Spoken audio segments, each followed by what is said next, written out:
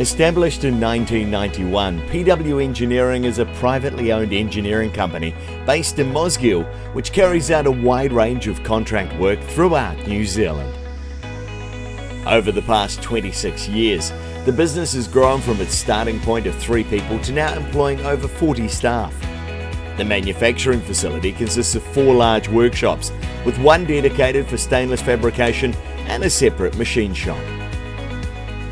Projects undertaken range from equipment upgrades and plant relocations to multi-million-dollar contracts. The project's office can scope, design and project manage work from conception to installation, enabling PW Engineering to provide turnkey packages in conjunction with our preferred electrical and control system professionals. Equipment is designed by our mechanical design engineers using 3D modeling software to ensure the correct function and fitment of parts. Once the design has been reviewed and authorized for manufacture, PW Engineering then produce shop drawings and hand over the design intent to their workshops.